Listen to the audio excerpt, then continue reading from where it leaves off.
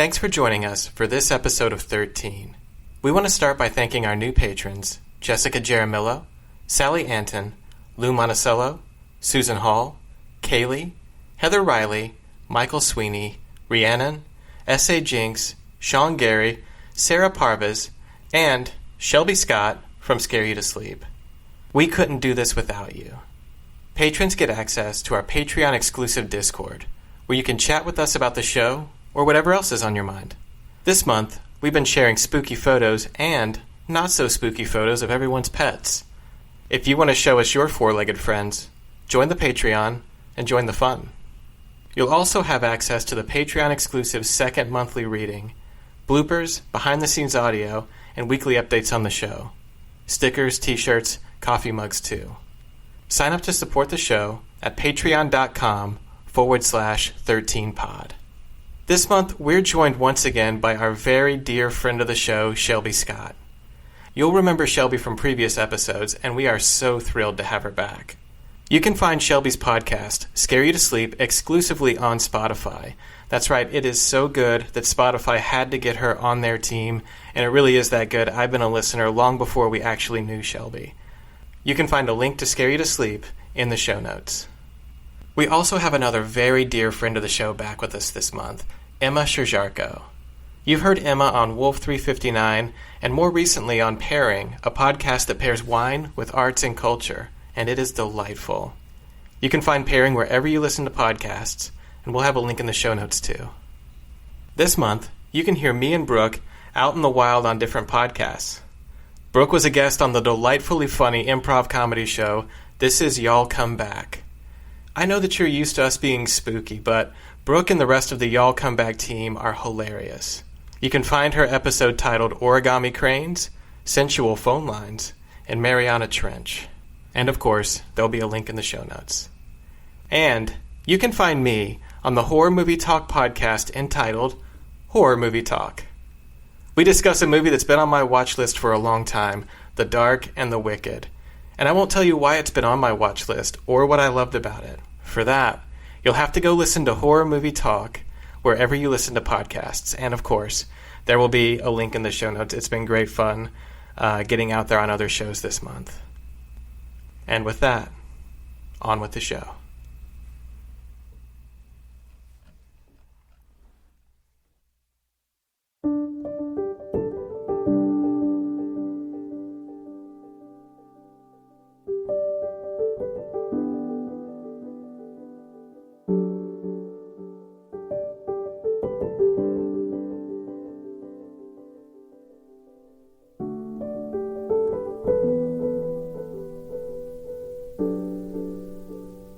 I'm going to tell you a love story, but it's not what you think.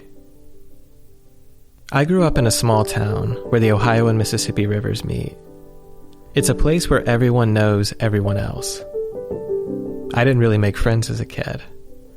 Everyone I knew had always just been there. I'd known them so long that I don't actually remember meeting them. Most of the people I knew were content to grow up and settle down right there in the same town where we'd always lived. But not me. I always saw myself ending up somewhere else. So when I was accepted to a university in Louisville, I was beyond excited. When move-in day came, my parents helped me unload everything into my dorm room. We got lunch near campus, and then they said their goodbyes and pulled away. And I was on my own, far away from everyone I'd ever known. I didn't anticipate how hard it would be to meet people. I'd never done that before. And it turns out, it doesn't come all that naturally. At least not for me. In my imagination, I saw myself moving seamlessly into my new life. But I hadn't thought about this part. The beginning, the transition. Everyone was so different from the people I'd known back home. I blended in well enough, but I didn't feel like I really belonged here. I felt like I would be found out any minute.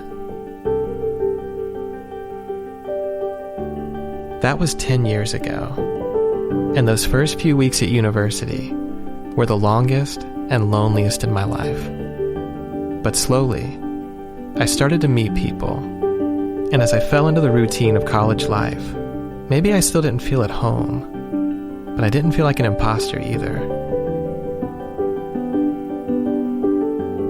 The days were getting shorter, and the air got cold at night. My university had a little tradition every October. In the week leading up to Halloween, they hosted a series of lectures on the supernatural, and every year, it drew a big crowd. There's always a scientific, literary, or historical context. They don't just give a university platform to a bunch of crackpots. I've always loved a good ghost story, but none of my new friends were interested. So, I went by myself. Each night, they lined up guest speakers with a supernatural element to their professions. Before the guest speakers came out, one of the university's professors would take the stage and warm up the crowd by telling a local ghost story. Of course, the first one was about Waverly Hills, the huge abandoned tuberculosis sanitarium on the south end of the city, believed to be one of the most haunted places in the country. Aside from Waverly Hills, there were a smattering of supposedly haunted houses in the Highlands District, a cursed cemetery where nothing grows, even a phantom riverboat. Each day they told a new one, so I kept coming back every night. I should tell you that I'm not actually a believer in ghosts or the supernatural. I just enjoy the stories and that little rush of adrenaline I get walking back to my dorm in the dark, the remnants of that story in my mind. Each night of the week had been building up to and culminating in the final night of the Halloween lecture series.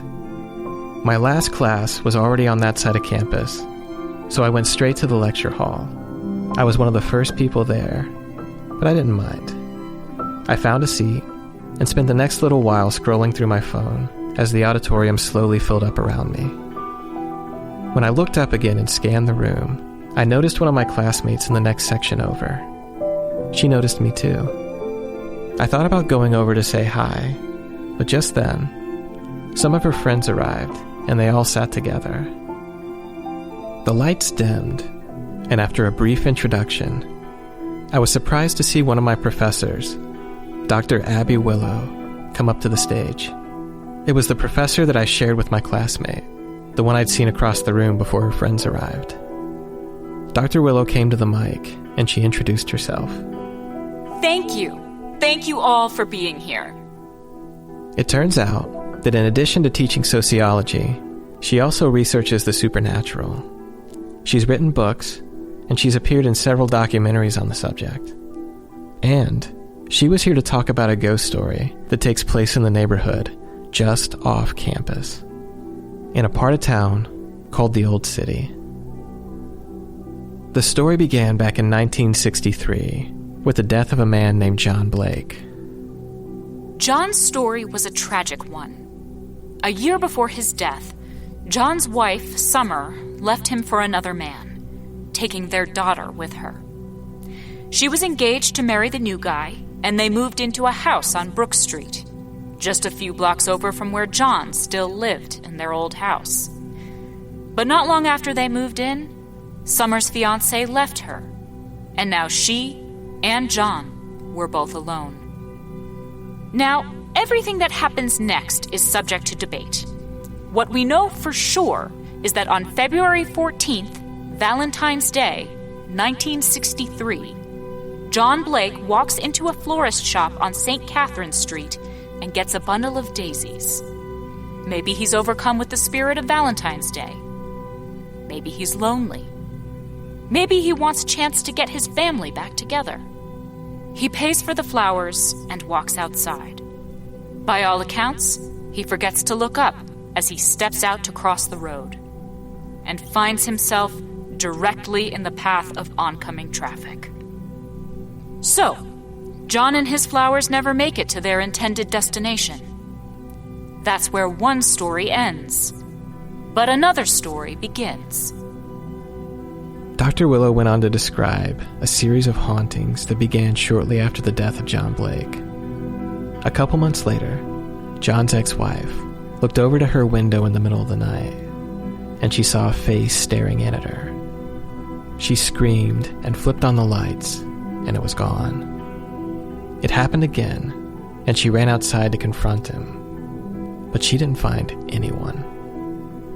A few weeks later, it happened again, and this time she called the police.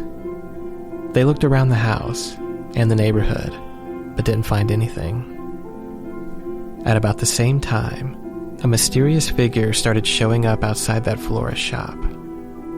A man that would stand and stare inside, but as soon as they opened the door to see what he wanted, he would disappear. They'd take their eyes off him just for a moment, and when they looked back, he was nowhere in sight. On their own, they can be dismissed, written off as a peeping Tom and a strange character outside a shop. But the occurrences kept on. Summer Blake and her daughter had rearranged the house after her fiancé left. And all those changes, and now this creep in the window, had pushed them to the edge. They moved out of that house on Brook Street. If you'd been dealing with a peeping Tom, you might think that this would be the end of it. But the sightings kept happening. Throughout the years and the decades that followed, residents in that house still report seeing a face in the window. And that shop, where John Blake bought flowers before he stepped into traffic. A few years later, it closed down and the building was empty for a long time. And then it became a bakery, and now it's a laundromat. But people still notice a strange figure outside on the sidewalk, until they look away, and when they turn back, it's like he was never there. So, what's John Blake's spirit doing? His wife passed 15 years ago, so why is he still trying to finish that errand? Why is he stuck replaying that last day, trying to finish what he started? Dr. Willow started bringing her story to a close. I looked around for my classmate and her friends, but they'd already left. The following Monday, when we had Dr. Willow's class, we made eye contact as class began, and afterward, we sort of awkwardly waved and walked up to one another. Her name was Kat, and it was her first year too. We both had a break before our next class, and we decided to get lunch. The conversation quickly came around to Dr. Willow's talk last week. Kat loved all things supernatural, and, unlike me, she was a believer. She'd always been fascinated by the paranormal. She kept it hidden in high school, but now that she was making a fresh start, she embraced it. In fact, she'd known about Dr. Willow before she came to school here. So when she was accepted, she'd specifically sought out her classes. The class we were taking had nothing to do with the paranormal. It was a sociology class. But I think Kat was hoping that somehow it would bleed over a little. But Dr. Willow kept that side of her work separate from her teaching. My conversation with Kat drifted toward the ghost story of John Blake. She'd already heard the story, but last week was my first time. Before we had to split up, Kat said it would be fun to go exploring the old city, to look for the places in the story, and maybe catch a glimpse of John Blake himself. I'd been thinking the same thing, but I hesitated to bring it up. I didn't want her to think that I was asking her out. But since she'd mentioned it first, I wasn't worried that she'd think it was a date. Kat was out of my league, and there was something kind of liberating in that. When you know that nothing's going to happen, you can just let your guard down. It was a good feeling. And I think I'd made a new friend. That Saturday, we met up at the edge of campus and started walking. It was the first week of November, a cool afternoon. The The leaves had come down completely, and they were caught up in the wind, skirting down the streets and alleyways. The shadows got longer, and the sky grew a deeper shade of blue. Once we started walking, the conversation flowed easily. Seeing as how we were out looking for a ghost, she'd asked if I'd heard the whole story of the ghost of John Blake. I was intrigued. I told her I hadn't. She only told a little bit of it last week. There's way more to it. I asked Kat if she really believed the story, and she gave me a look. Do you believe it? It was time for me to confess that even though I loved the stories, I didn't really believe them. Maybe it was just some creep looking in the window. And when the neighborhood kids saw all the police coming again and again, they started making up stories to explain it. Maybe they even started doing it themselves. That's how neighborhood legends get started. Kat gave me a playful smirk, and with all the confidence in the world, she said, I'm about to change your life. Wait, if there's a video, why didn't Dr. Willow mention it or show it? It's a whole thing with the university. She has to rein it in when she's on their time. Kat was already pulling up the video on her phone. So, a few years ago, someone bought the house. And of course, they know the stories about it, so they install a doorbell cam and security cameras along the side of the house. And one night, just like all the people who lived there before them, they look up and they see a face in that window. So this new guy, he's ready for it. He's been waiting for it to happen. He jumps up and runs down the hall, out the back door, and around the side of the house. And there's no one there. He goes out front, nothing. And this is where the camera comes in. He goes back inside and pulls up the footage. Kat handed me her phone. The camera angle was up high, and you're looking down at the side of the house. Then you see someone come into frame. They walk right up to the side of the house, and they stare straight into the window. They're not even trying to be sneaky. There's a rough edit on the video, and the timestamp jumped forward by several minutes. He's still standing there, watching whatever's going on inside. And then you see someone running around the back of the house. He's absolutely flying around the corner. And then he stops. He scans all around the side of the house. He's just a few feet away from him. He looks right at the guy.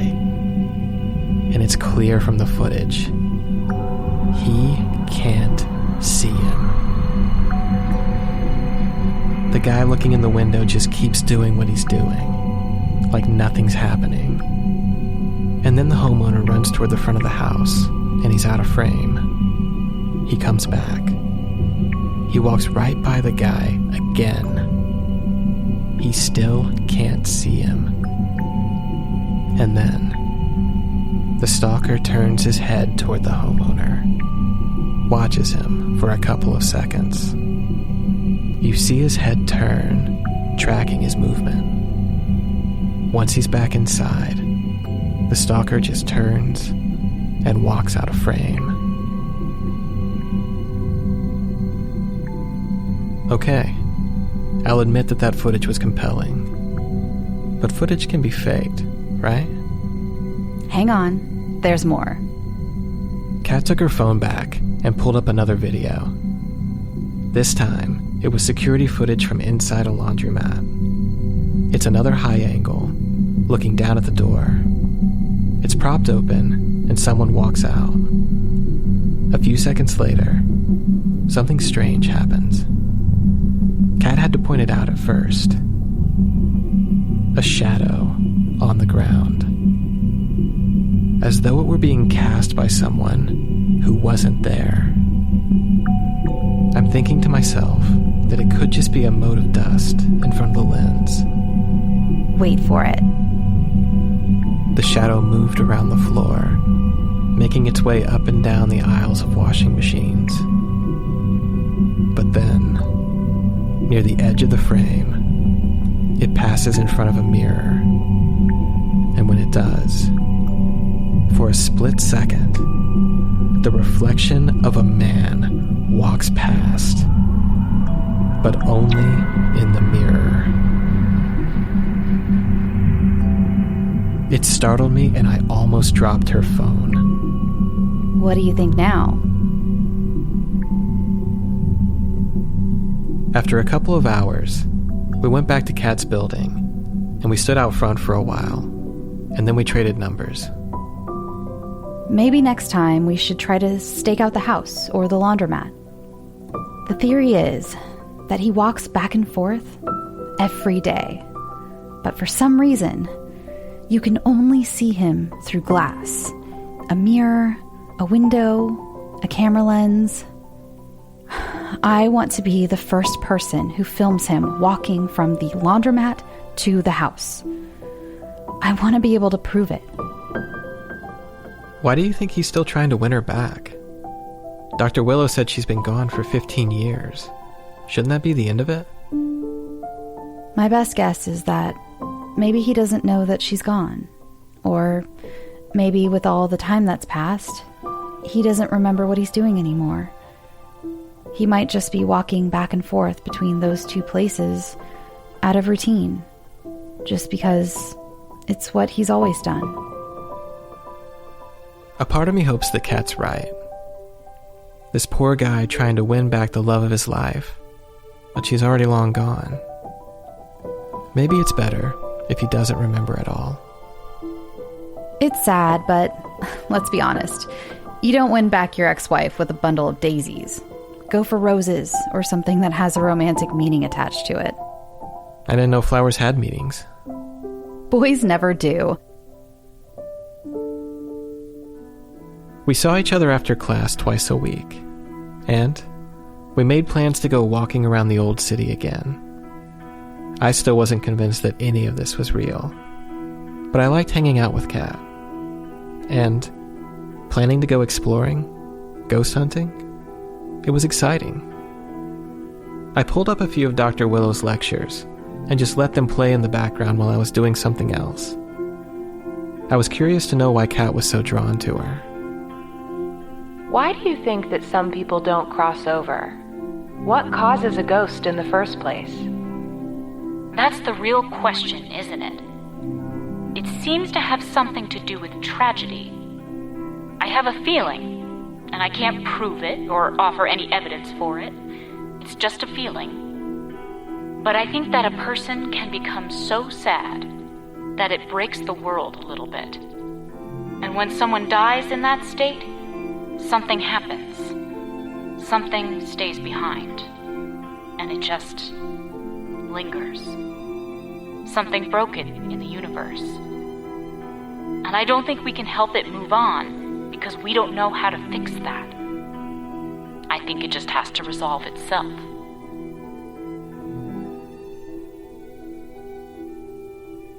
The next few weekends we explored different parts of the neighborhood, imagining the different routes he could take to get to the Brook Street house from the laundromat, looking for clues along the way, watching for ghostly reflections in the storefront windows. It got colder as we entered December. Each week, as our normal meeting time approached, I expected to get a text from Kat saying that it was too cold or something else had come up. But she was committed to this project. Honestly, I felt like I was mostly just along for the ride. Each week, we'd make a plan when we got started. But most of the time, we weren't theorizing about ghosts or spirits or the afterlife. We just talked about life, friends, plans, getting used to college life. Normal stuff. Early on, I got the impression that Kat had a lot of friends on campus. But I think she just seemed like the kind of person that would have a lot of friends. Kat had kind of become my best friend at school. Was it possible that I was hers too?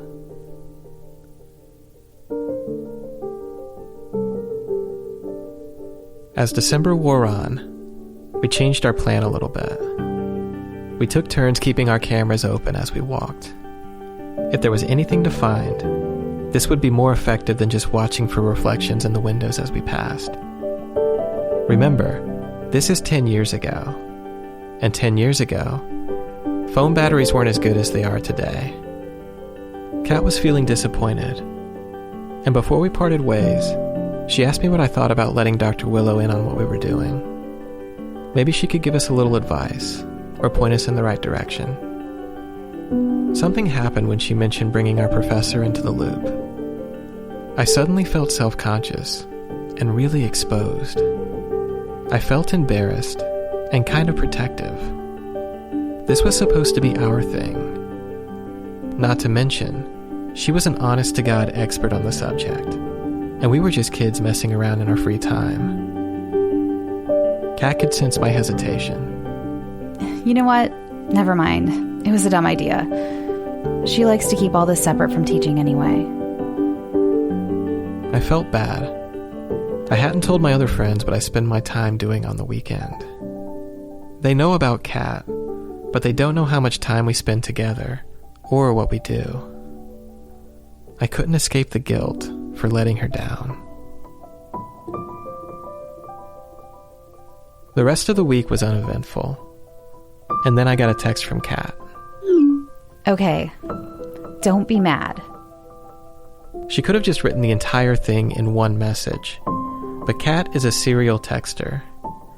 She doesn't just write the whole thing out and then press send. She sends a new message for every sentence.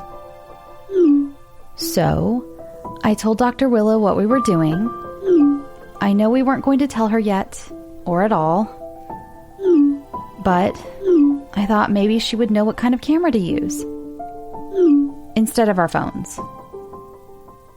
Another message came through.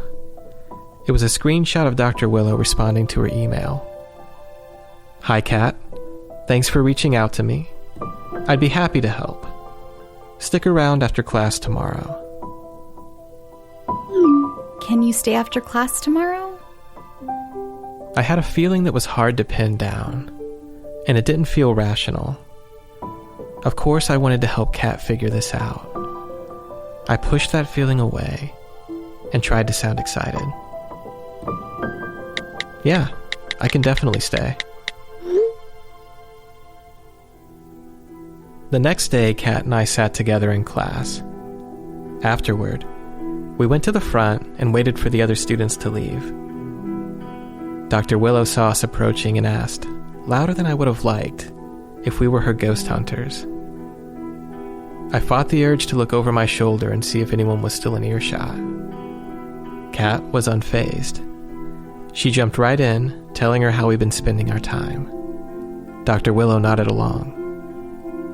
I think I'd expected her to be kind of condescending, patronizing even. But she seemed genuinely interested. I let Kat do the talking, and when she was finished, there was a little pause while Dr. Willow put her thoughts together. What made you look into John Blake? We were at your talk during Halloween week. Well, I was only able to cover the very basics. I trust you've looked deeper into the story? I actually saw you talk about it on TV when I was in high school. And then we heard you at Halloween, and it brought it all back up. Well, you've come at a very interesting time. How can I help? Kat explained that she wanted to figure out why he was still here, after his unfinished business was over. Kat admitted that deep down, she hoped to figure this out and help him cross over. Dr. Willow listened patiently and only spoke up when Kat was finished. Well, I think that's a very noble goal. What do you think it is? What do I think is keeping him here? I have a theory, but it's very secret and very sensitive. I don't know that I should tell you just yet. Kat made a face that I don't know how to describe. There was intrigue, disappointment, and determination, all rolled together. Dr. Willow seemed to be considering something. You know, the sightings have been ticking up the last couple years. That can be an indicator of something big on the horizon. We see the most activity at the beginning and end of a haunting. Maybe he's ready to pass over all on his own. What do you think would make him pass over on his own? That would give too much away. Tell you what, the story begins and ends with the Brook Street house. With that window. I saw a gleaming in Kat's eye, and I have to admit, I felt something too. I've already said too much. You seem like smart kids. I need you to make a promise to me. She looked around and reached for a pen and a scrap of paper. I can't tell you what it is, but I'm going to write it down and put it in this envelope. If you figure it out, the first thing you have to do is come here and open this envelope. That's the condition for my help. We both agreed. You're making this promise. You'll do whatever this says if you figure it out. We agreed again, more emphatically this time. Dr. Willow sealed the envelope and stuck it in her desk. Well then, I look forward to seeing what you figure out.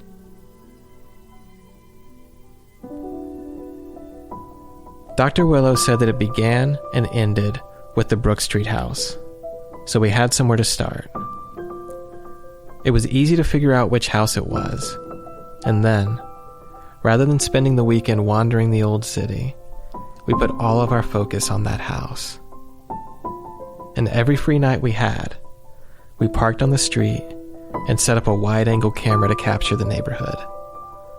And then, we waited. The camera was almost a 180-degree shot. You could see straight ahead, and you could see right out the driver and passenger side windows. The story said that you should be able to see him through any lens, and glass would do. And whatever we saw, we'd have the camera to capture it.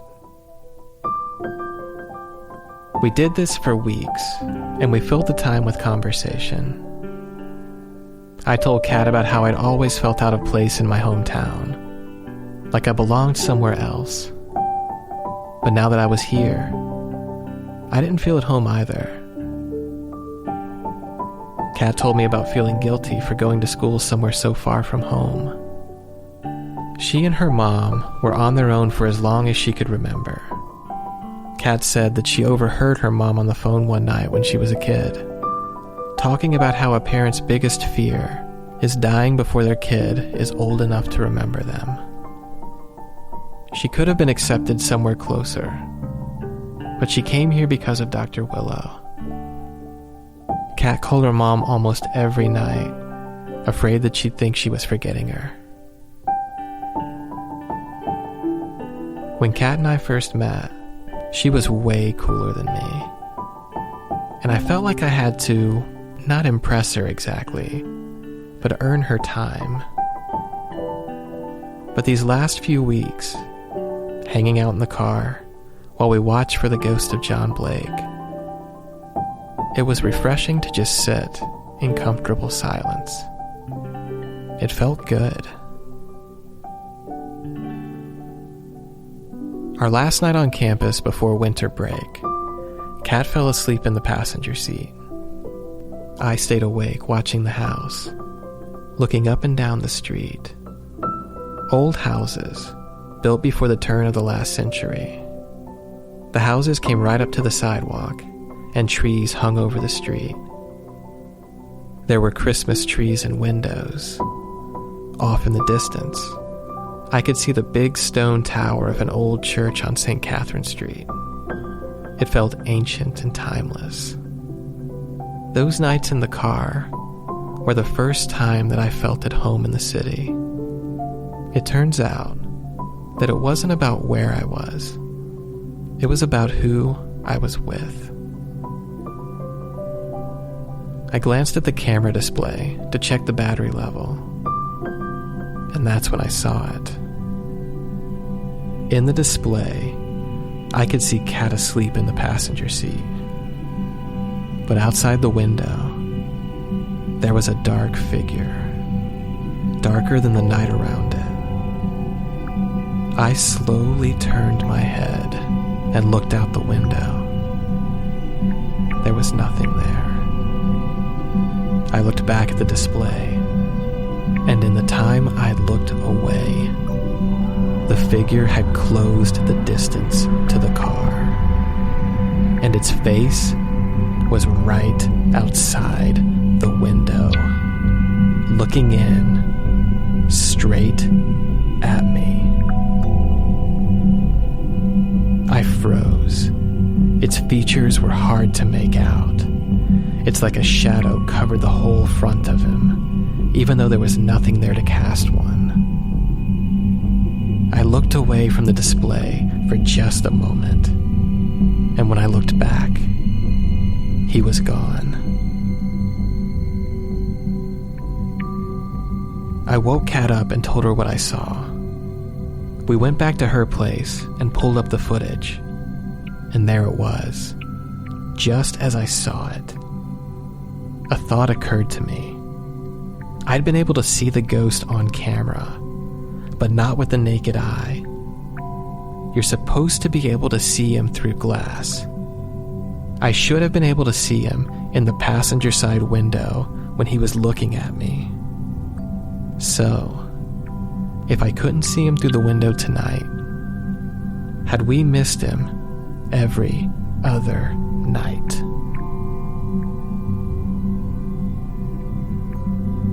We'd kept all the files from the nights that we were out there, and we went through them one by one.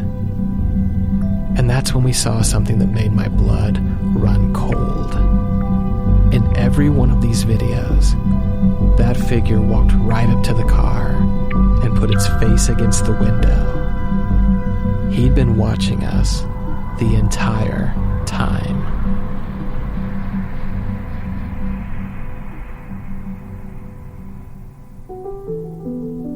That night I laid awake, the lights on the street casting shadows on the ceiling. We were supposed to be out of the dorms by noon, so when the first hints of morning came through the window, I knew that I'd be driving home on no sleep. Even though I was exhausted, I was happy to be spending 2.5 weeks far away from the old city. Kat sent the video to Dr. Willow, and then she went home to Indiana for the break.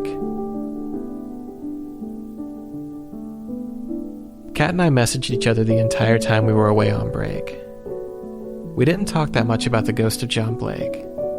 Mostly, we talked about what was going on back home. We sent memes, friend stuff. I was glad to see my family, and I spent New Year's with old friends from high school. I spent most of that New Year's party wishing the cat was there. At the stroke of midnight, I got a Happy New Year text from her, and it made me smile. After the New Year came, I was feeling restless. My desire to be away from the old city, the initial shock of that night in the car, it was fading, and the boredom was getting overwhelming. Also, I missed my friend. A few days later, we were back at school, and we fell into our old pattern right away. Dr. Willow sent us a follow-up email, asking if we wanted to meet and talk about the video we'd sent her. We agreed, and the next night, we found ourselves walking through one of the classroom buildings, toward the lecture hall where Dr. Willow taught. It was only 6 p.m., but it was dark outside, and the building was mostly empty. It felt different than the bustling hallways and bright natural light we were used to during the day. Our footsteps squeaked and echoed. We entered the lecture hall from the back, and it was dimly lit. The big skylights that bathed the place in natural light during the day were dark now. It was eerie and ominous, somehow fitting for Dr. Willow. After a quick exchange of pleasantries, she started peppering us with questions. We answered them as best as we could, but the video probably spoke louder than anything we had to say. You know, when I first moved here and learned about John Blake, I did exactly what you two were doing. I staked out the Brook Street house. I staked out the laundromat. Back then, there wasn't nearly the evidence there is now. None of the video footage existed yet. I actually begged the owners of that laundromat to put up cameras. Even offered to have them installed myself. He knew the story, and he'd even seen him standing outside a time or two. And he didn't want anything to do with it. Didn't want to scare away customers. Just wanted to go about his day and try to ignore the strange man that could only be seen through the glass. Kat and I looked at each other, unsure if we were supposed to respond. I never saw a goddamn thing. And here you two go, capturing him on video every night for days on end. What do you think that means? I think it's building towards something. This is a lot of activity. What do you think our next step should be? I can't say much more. She pulled the envelope out of the desk, the one where she'd left instructions, and made us promise to keep them if we figured out why he was still here. You're on the right track. But don't forget this. Come here first thing, before you talk to anyone else. She put it back in the drawer. Remember, everything about John Blake begins and ends with that house, with that window.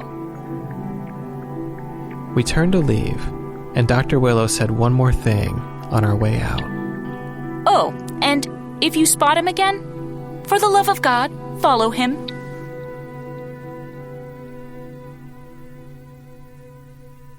That weekend, we met up and walked into the old city for the first time since that night in the car. A fresh snow had fallen the night before, and there was a bitter wind blowing against our backs. A few minutes later, we were approaching the Brook Street house. We knocked, and a man came to the door. He looked vaguely familiar, but I couldn't place him. Kat just started talking. She did that when she got anxious. She just filled the air with words. She'd only been talking for a few moments when he cut her off and pushed the door open. "Come on in. It's cold." We looked at each other and then scurried inside. He closed the door behind us. "Abby told me you'd be coming," he said. "Who?" I asked. He gave me a look and then corrected himself. "Abby Willow." Apparently, Dr. Willow had told him about us 6 weeks ago, the same day we'd met with her after class. He told us that they'd met years ago when he first moved into the house and posted that footage he'd caught of the ghost in the window. They'd kept in touch ever since. And that's when I recognized him. He was the guy in the video Kat showed me on our first walk through the old city. He showed us around the house and told us the story, the way that it had been told to him by the previous owner, a story passed down to each new occupant. When we got to the room with the window, I was surprised at how small it was. I'd expected it to be bigger, more eerie, but it was just a little side room off the main hallway. Maybe an office or a child's room, a library in another time. But it was just storage now. The window itself was covered in cardboard and taped up. After we went back to Kat's place, we sat on her bed and leaned against the wall. I felt like we were missing something big. I don't know how long I stared straight ahead at the wall across from us before I felt a weight on my shoulder. Kat had slumped over, dozing off and fading fast. She leaned against my arm, and I leaned against her too, and closed my eyes. my thoughts returning back to the last thing the man on Brook Street said before we left his house. Let me know what you find out. I haven't seen him in a few days, but it's getting worse. Later that night, back at my dorm, I tried looking up police records from the Brook Street house on the city's website. I wanted to know how much worse it was getting. What was the normal amount of sightings compared to what's happening now? The police reports were only digitized back to 2003. So, the next day, I went to the Central Precinct to find out how to access police records from the pre-digital era. They sent me to City Hall. There, a very helpful man set me up in an empty office and brought me boxes of files. All the open records from that block of Brook Street dating back to the 1920s. I only needed to go back to the 1950s. I was surprised that there were 2 years between the first and second police reports. After that, they came back to back for several months. 1961, and then nothing again until April 1963. And then May, twice in June, twice in August, and so on and so on. And then they stopped. I suppose that's when Summer Blake and her daughter moved out.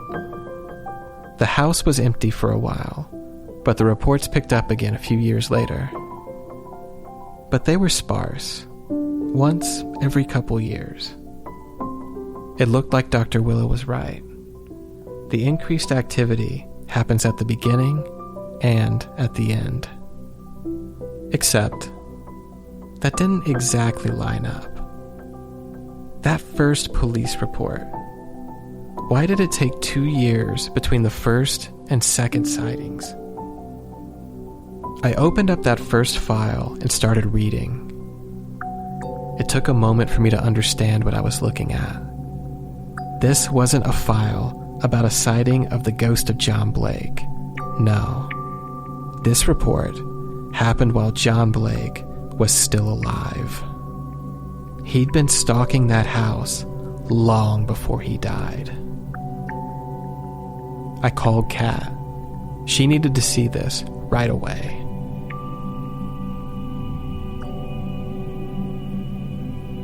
When Kat arrived, I gave her the old police report and told her what I'd found. She started reading, and I saw her expression, reacting in real time. I couldn't shake the image of John Blake, the man, creeping up to that window, looking in after everyone was asleep, watching his wife from outside the house. Oh my God.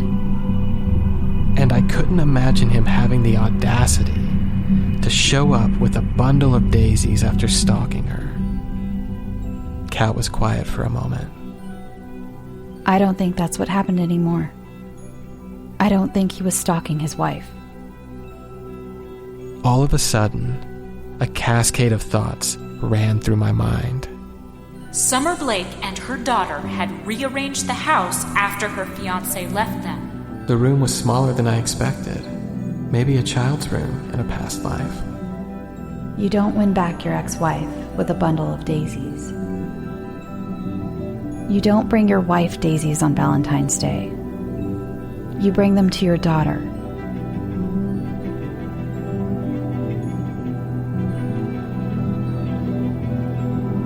John Blake hadn't been stalking his ex-wife. He was visiting his daughter. I put the files back in their boxes while Kat started typing out an email to Dr. Willow, telling her we'd figured it out. Outside City Hall, the sky was turning to night and streetlights were reflecting the snow. While Kat drove us back to campus, I Googled John Blake's daughter. She was living in a long-term care home. On a whim, I called and asked if I could speak to her. They asked if I was a family member, and I lied and told them I was. I was put on hold, and the nurse on duty picked up. She told me that if I was going to visit, it needed to be tonight. Kat got an email back from Dr. Willow. It just said 3 words. Remember your promise. We ran down the hallway to the classroom building where Dr. Willow taught, greeted by that eerie light as we pushed open the door to the lecture hall. The room was empty, but down in front, on Dr. Willow's desk, there was an envelope torn open and a folded piece of paper sitting out on top. Kat picked it up and read it. I saw her eyes welling up as she handed it to me. Leave her alone. Let her go in peace.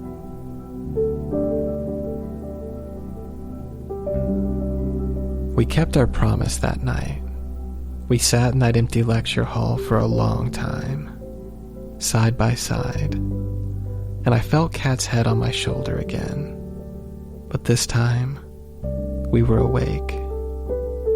I knew what she was thinking. I remembered something she said that night in the car on Brook Street, back when this all felt new. A parent's biggest fear is dying before their kid is old enough to remember them. And I remembered what Dr. Willow said. I think a person can become so sad that it breaks the world a little bit.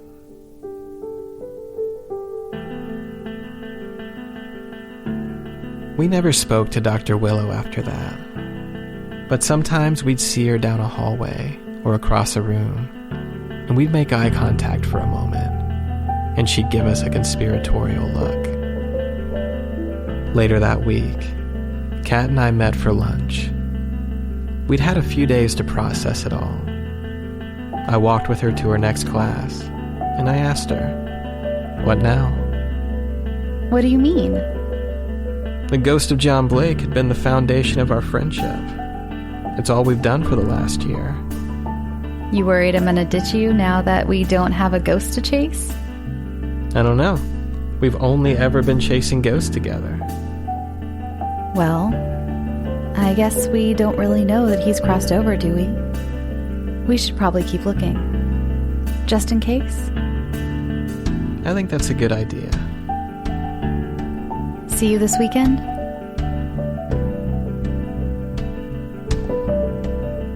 Kat and I stayed friends for the rest of college. Then, she went back to Indiana to be close to her mom.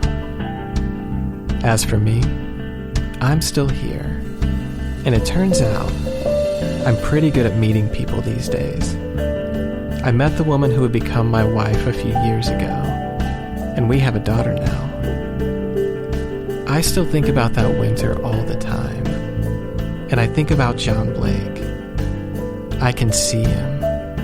All those years he spent wandering the old city, walking down St. Catherine to the house on Brook Street, where he used to talk to his daughter through the window.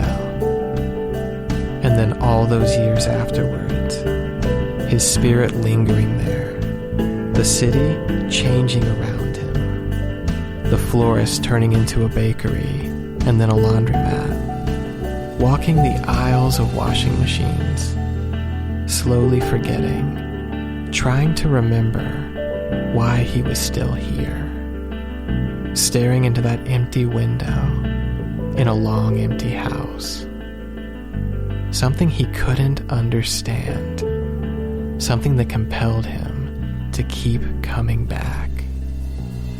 I don't know the mechanics of it, how he ended up stuck in this world for too long.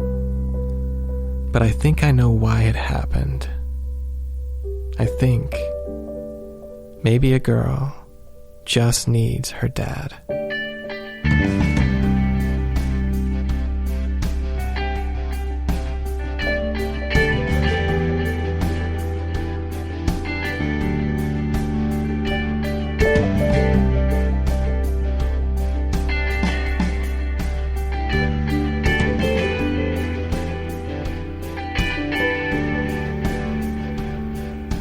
Thanks for joining us for this episode of 13.